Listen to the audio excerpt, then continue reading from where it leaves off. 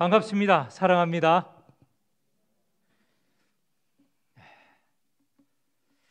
아까 정 목사님도 함께 기도했고 또 이 권사님도 기도하신 것처럼 지금 대신방이 시작되었습니다.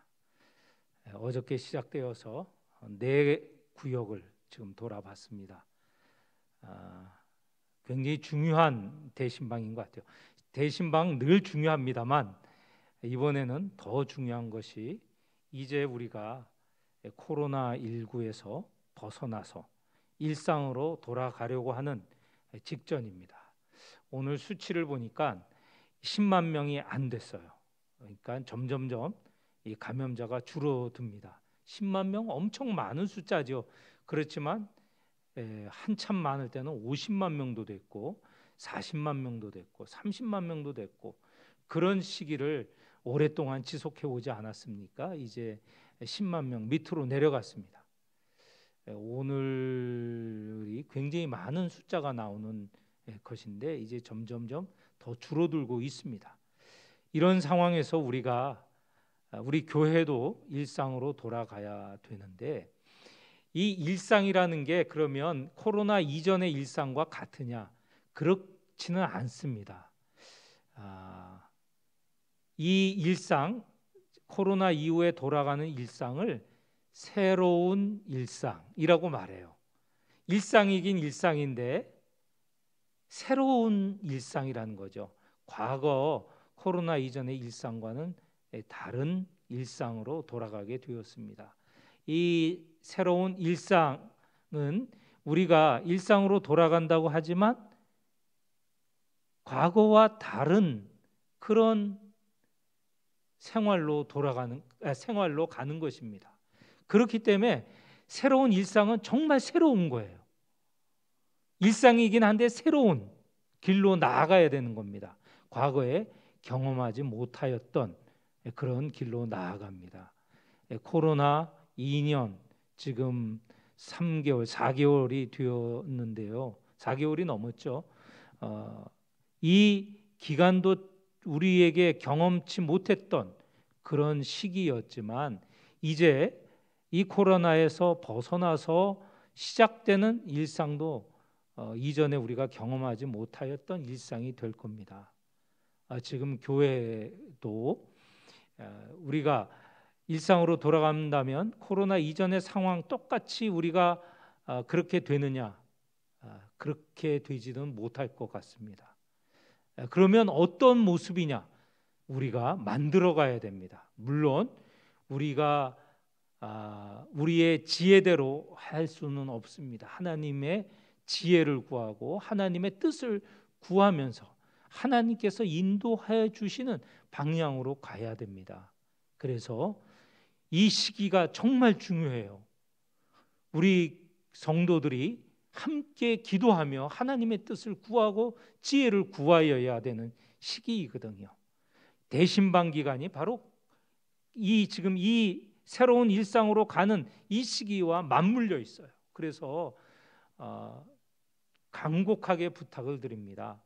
이 대신방 기간에 우리의 마음도 새로워질 수 있도록 하나님의 뜻을 발견할 수 있도록 또 하나님의 뜻을 이루고자 결단하는 마음을 가질 수 있도록 그렇게 기도해 주시기 바랍니다. 저도 지금은 간절한 마음, 늘 간절한 마음이지만 다시 말씀드리지만 정말 이전의 이 상황과는 새로운 다른 상황으로 일상으로 가는 길이기 때문에 우리가 하나님의 인도를 구하지 않으면요 참 어려울 수 있는 이런 상황입니다. 그래서 하나님의 뜻을 구하고 지혜를 구하고 하나님 뜻대로 살기로 결단하는 그런 이 대신방 기간이 될 수 있도록 기도해 주시기 바랍니다. 기도해 주실 수 있으시죠? 함께 기도하시겠죠? 네, 다 기도하셨습니다. 예라고 하셨습니다. 줌으로 아까 잠깐 이렇게 보여 줬는데 줌으로 들어오시는 분도 함께 제 말씀드린 대로 여러분이 들어오셨습니다. 함께 우리가 기도하며 나아가도록 그렇게 참여해 주시기를 바랍니다. 오늘 우리가 읽은 이 4장 말씀, 베드로가 38년 된 병자를 고쳤습니다. 그 상황을 보고 나면서 못 걷게 된 사람을 고쳐 주었죠. 그 사건으로 인해서 베드로와 제자 요한이 잡혔습니다. 잡혀서 이스라엘의 지도자들 앞에 신문을 당하였습니다. 내가 무슨 권한이 있어서 이렇게 고쳤느냐 했을 때 베드로는 분명하게 말하였습니다. 내가 고친 것이 아니고 예수 그리스도의 이름으로 고쳤다. 예수 그리스도, 부활하신 예수 그리스도, 너희가 핍박한 예수 그리스도, 그분이 부활하셨고 그분의 이름으로 이 날때부터 걷지 못하는 사람을 낫게 하였다. 이렇게 증거를 했습니다. 그런데 그게 말뿐이라면 이 베드로와 요한은 계속 잡혀 있고 또 여러 어려움을 겪을 수밖에 없는데, 이 지금 고침을 받은 사람, 많은 사람이, 그 사람은 벌써 오래전부터 성전 미문에 앉아 있었어, 구걸하고 있었어, 다 알던 거거든요. 근데 그 사람이 고침을 받고 당당하게 거동할 수 있는 것을 바로 베드로와 요한과 함께 그 자리에 서 있었기 때문에 그들의 말이 헛된 말이 아니고 참된 말이란 것을 알고는 놓아줄 수밖에 없었습니다. 놓아줄 때 이런 말을 했죠. 너희들이 아무에게도 이 사건, 예수의 이름을 언급하지 말라. 그랬을 때 베드로가 이렇게 대답을 했습니다. 하나님 앞에서 너희의 말을 듣는 것이 하나님의 말씀을 듣는 것보다 옳은가 판단해 봐라. 당연히 하나님의 말씀을 듣는 대로 행하여야 되지요. 이 베드로는 우리가 보고 들은 대로 증인이 되어 할 것이다. 아무리 너희들이 핍박할지라도, 너희들이 우리를 잡아 가둘지라도 그렇게 할 것이다. 마지막 그런 말을 하고는 풀려났습니다. 이 풀려난 이후에 23절 우리가 읽은 첫 부분이 바로 이 풀려난 사도들 베드로와 요한이 다른 사도들에게로 돌아왔습니다. 그래서 그 동료들에게 가서 지금까지 일어난 그 과정을 다 알렸습니다. 그랬을 때 그 자리에 모였던 사람들, 베드로와 요한은 자기가 직접 경험한 일이고 다른 이들은 이 사도의 증언을 듣고 다 함께 마음이 하나가 되었습니다. 이 일은 하나님께서 하셨구나 하는 것을 다 마음에 같은 마음을 품게 되었다는 것이죠. 그래서 24절에 보니 그들이 듣고 한 마음으로 하나님께 소리 높여 이르렀다. 그런데 이 말은 하나님께 기도했다는 것입니다. 그 기도의 내용이 24절 이하로부터 시작해서 30절까지 진행이 되는데 31절에 보면 그들이 빌기를 다하매, 이렇게 다 모인 이 베드로를 포함한 사도들 그리고 제자들이 모여서 다 함께 한 마음으로 하나님께 기도했을 때 그 자리는 놀라운 일이 일어났습니다. 한 마음으로 기도할 때 일어난 것입니다. 내용이 31절인데 우리 한번 다 같이 읽어봤으면 좋겠어요. 31절 시작. 빌기를 다음에 모인 곳이 진동하더니 무리가 다 성령이 충만하여 담대히 하나님의 말씀을 전하니라. 아멘. 이렇게 함께 기도하니 성령이 또 강하게 역사하시는 거예요. 이 모인 곳이 진동하다. 이 성령께서 하시는 그런 눈에 보이고 귀에 들리는 그런 역사가 아닙니까? 그런 역사가 일어났고 그들이 다 성령 충만하게 되었다. 오순절 성령이 제자들에게 강림하였을 때 어땠습니까? 바람과 같은 소리가 들리고요, 불의 혀와 같은 그런 것이 눈에 보였고요, 그런 현상이 있지 않았습니까? 그리고 거기에 모인 모든 제자들이 다 성령 충만하지 않았습니까? 그와 같은 비슷한 내용의 성령의 역사가 일어나는 것이죠. 그리고는 그들이 담대히 하나님의 말씀을 전하였다. 방금 전에 이 베드로와 요한이 유대의 지도자들에게 붙잡혀서 신문을 당하고 위협을 당하였지만 베드로와 사도가 꿋꿋하게 하나님의 이 말씀을 자기들이 본대로 증언한다라고 담대하였던 것처럼 이제는 모든 제자들이 다 성령 충만하여서 그런 담대한 증인이 되었다는 것이죠.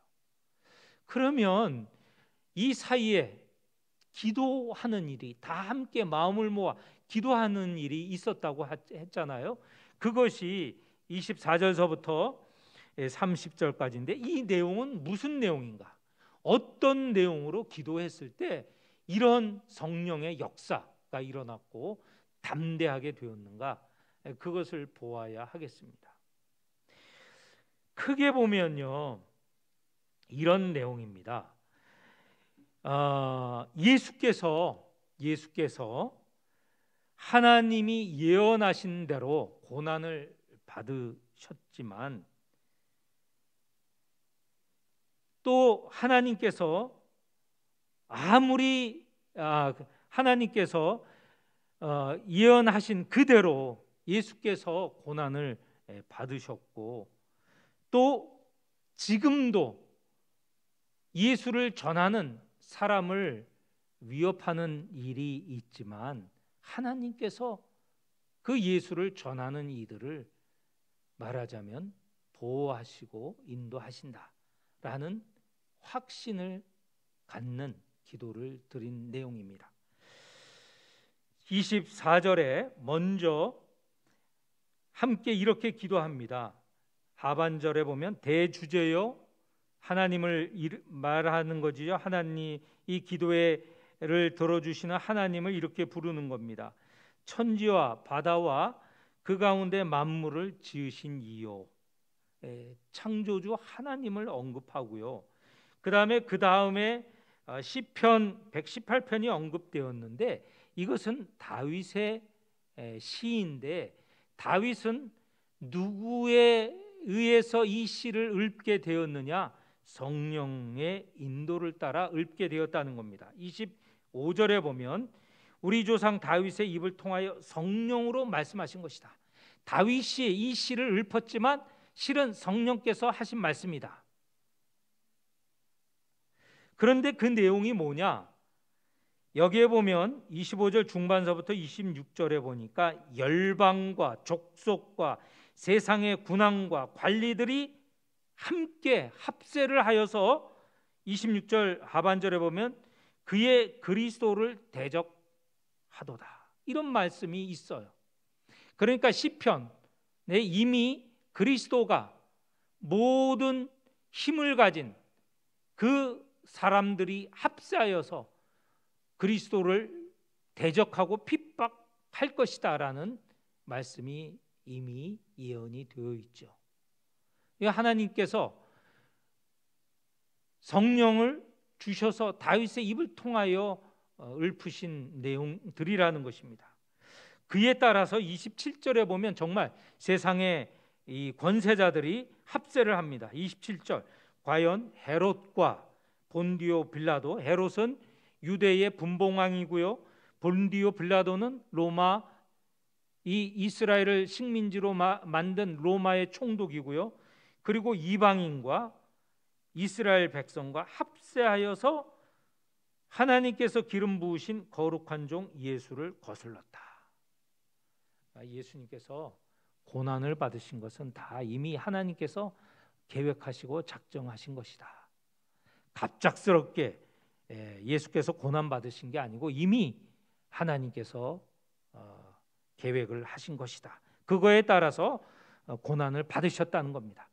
이런 이 권세자들이 모여서 예수님을 핍박하려고 예루살렘에 모여 예수님을 고난의 십자가에 달리게 한 것이죠. 그것이 28절에 나옵니다. 하나님의 권능과 뜻대로 이루려고 예정하신 그것을 행하려고 이 성에 모였나이다. 이렇게 예수님의 고난, 부활은 원래 큰 배후에는 하나님의 계획, 작정이 있었다는 것입니다. 그리고요, 29절 30절은 바로 이 예수를 베드로 그리고 다른 사도들이 증거를 하는데, 이 증거를 하는 것에서 주님 그리스도가 고난받은 것처럼 우리도 그런 고난이 있을 것이지만 우리는 믿음으로 이 고난을 잘 겪고 나갈 수 있게 해 주시고 또 그렇게 해 나갈 겁니다 라는 내용입니다. 29절 주여 이제도 그들의 위협, 이 권세자들 힘을 합하여서 위협하는 것이죠. 방금 이 베드로가 이 환자를 고치고 난 후에 이 지도자들이 위협하고 입을 막으려고 했던 것 아닙니까? 그걸 말합니다. 주여 이제도 그들의 위협함을 굽어보시고 또 종들로 하여금 담대히 하나님의 말씀을 전하게 하여 주시고, 그리고 30절에 병을 낫게 하는 표적과 기사를 바로 우리 주님 예수 그리스도의 이름으로 행하게 하여 주옵소서. 이렇게 예수 그리스도의 고난, 그리고 우리도 예수 그리스도를 따라서 예수 그리스도를 증거함에 있어 고난받는 이 모든 일들 하나님께서 작정하시고 성령께서 예언하시기도 하고 도와주시기도 하고, 그리고 그 중심에 바로 제자들과 사도들과 함께 있었던 예수 그리스도의 고난이 있었습니다. 이런 내용으로 하나님께 기도했을 때 바로 그곳에 성령이 임하시고 충만케 사도들을 충만케 하신 것이죠. 그리고 이 사도들은, 제자들은 담대함을 얻을 수 있었습니다. 이 고난을 겪은 자가 더 큰 고난을 이길 수 있습니다. 고난을 겪은 자가 하나님의 임재를 더 체험합니다. 고난을 겪어야 하나님의 도우심을 고백할 수 있습니다. 이게 참 대단한 진리인데 경험을 통하여서 알 수 있는 진리라는 것입니다. 말로 우리가 고난받을 수 있고 말로 행할 수 있다고 하지만 실질적인 이런 체험이 없으면 이와 같은 은혜, 이와 같은 성령 충만을 받을 수 없다는 것이죠.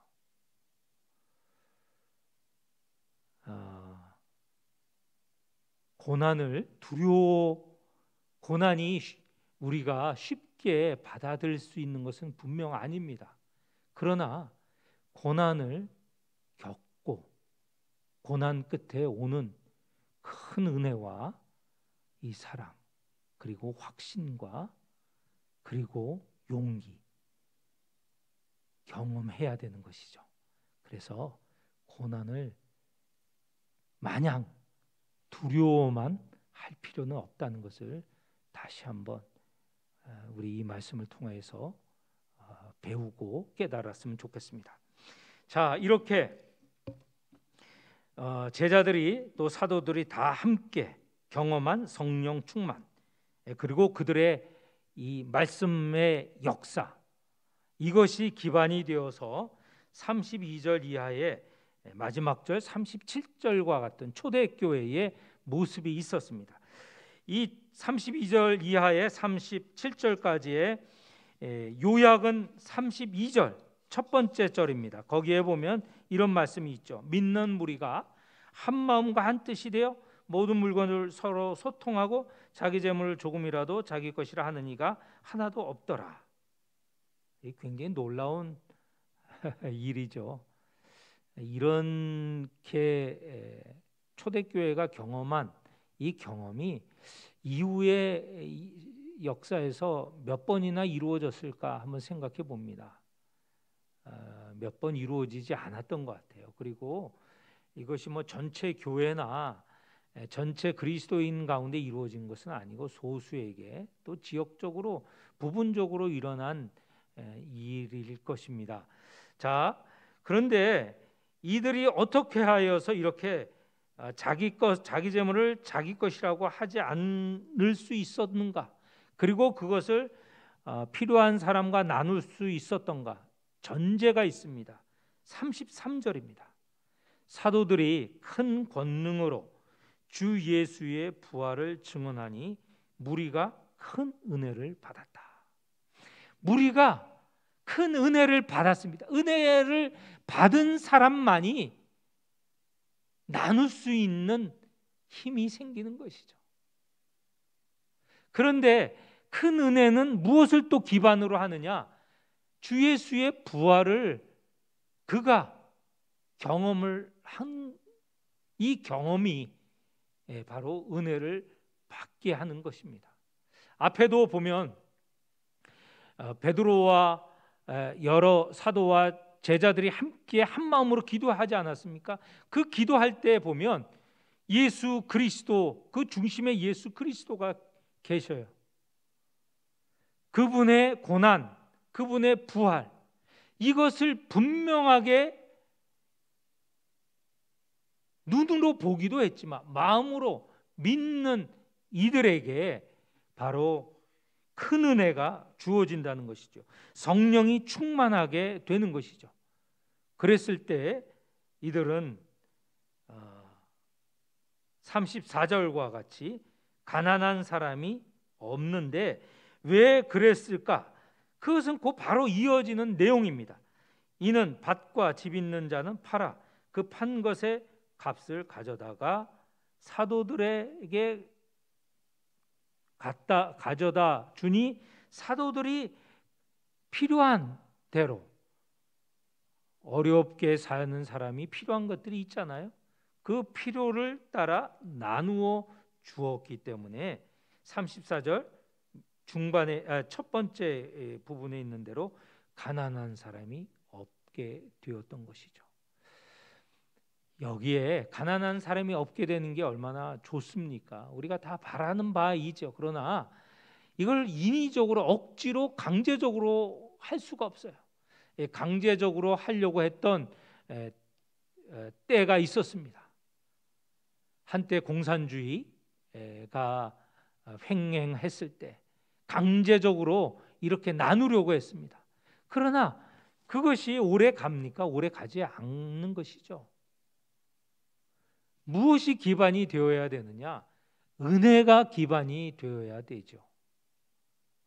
사람의 힘으로 이룰 수 있는 것은 아닙니다. 그 은혜라는 것은 바로 성령 충만하고 예수 그리스도의 부활을 믿느니, 이 부활을 믿는다는 것은요, 나도 영원히 산다, 나도 부활하여 영생을 갖는다, 이게 중심이지만 거기에는 이것이 있습니다. 뭐냐면 부활은 죄를 이겼다는 것이잖아요. 죽음을 이겼다는 것이잖아요. 죄와 죽음을 이긴 자들, 그들에게 있어서는 바로 욕망과 욕심을 이겼다는 것과 같습니다. 부활을 참 믿고 고백하는 그에게 성령이 충만하고요. 성령이 충만한 자가 바로 예수 그리스도의 부활을 분명히 믿고 고백하는 자입니다. 그런 자에게는 바로 죄와 죽음이 두렵지 않는 것이죠. 예수 그리스도께서 죄와 죽음을 이기셨고, 마찬가지로 부활을 믿는 자 역시 죄와 죽음을 이긴 자 아닙니까? 그런 자가 할 수 있는 것이 바로 나누고자 하는 마음이죠. 불쌍히 여기는 마음을, 긍휼히 여기는 마음을 갖게 되고, 없어서 힘들고 어려운 이웃들, 형제들, 자매들에게 나누고자 하는 그런 긍휼이 있게 되는 것입니다. 자, 이렇게 하는데 이게 그냥 이런 경우가, 이런 놀라운 역사가 있다 이야기로서만 추상적으로 전하여진 것이 아니고 구체적인 내용이 있다는 것을 짧지만 36절, 37절에 말하고 있습니다. 이렇게 성령 충만하고 그 다음에 은혜를 받은 자 중에 한 사람이 누구냐? 바나바라는 사람이 거론이 되고 있습니다. 구브로 출신인 레위 족속인 바나바, 그가 37절에 보면 밭이 있음에 팔아 그 값을 가지고 사도들의 발 앞에 두었다. 사도들은 이것을 어떻게 했겠습니까? 아까 말씀드린 대로 필요한 사람들에게 나누어 주었겠죠. 이 바나바가 아마 당시에 은혜를 받아서 자기 것을 나눈 대표적인 인물이었던 것 같아요. 이건 분명히 이렇게 한 사람이 있었다라는 것을 언급하기 위해서 바나바의 예를 들었습니다. 우리 가운데서도 이런 분들이 있습니다. 자기의 것을 교회에, 가난한 이에게 나누고자 하는 분들이 있죠. 은혜를 받은 자이죠. 은혜가 아니면 이 일을 할 수 없는 것입니다. 성령이 함께 하시기 때문에 할 수 있는 일이죠. 우리가 나누고자 하는 마음이 있을 때 기뻐하십시오. 성령께서 함께 하시는구나. 은혜를 받았구나. 은혜를 주셔서 은혜를 받았구나 하는 그런 기쁨을, 그런 분명한 확신을 가지시기를 바랍니다. 오늘 우리에게도 이런 나눔이 있기를 바랍니다. 우리가 좀 이따 기도하고 지금 여러 차례 기도했지만 우크라이나 전쟁 난민, 또 산불 이재민, 그리고 또 우리가 라오스에 지금 지속적으로 하고 있지 않습니까? 라오스에 가난한 이들 위해서 얼마나 많은 나눔을 하고 있습니까? 다 우리 교회가 헌금하고 또 기도한 것이 이루어지고 있는 현장이죠. 다 주님께서 은혜를 주셨기 때문에, 성령이 임하셨기 때문에 할 수 있는 일입니다. 세상은 그렇게 못합니다. 한두 번은 할 수 있어요. 그렇지만 10년, 15년씩 못합니다. 우리가 감사해야 돼요. 우리 자신을 돌이켜서 하나님께서 이 큰 은혜와 사랑을 주셨구나. 우리가 고백하여야 될 내용입니다. 이 생각하면서 우리가 함께 감사의 기도를 드려야 하겠습니다.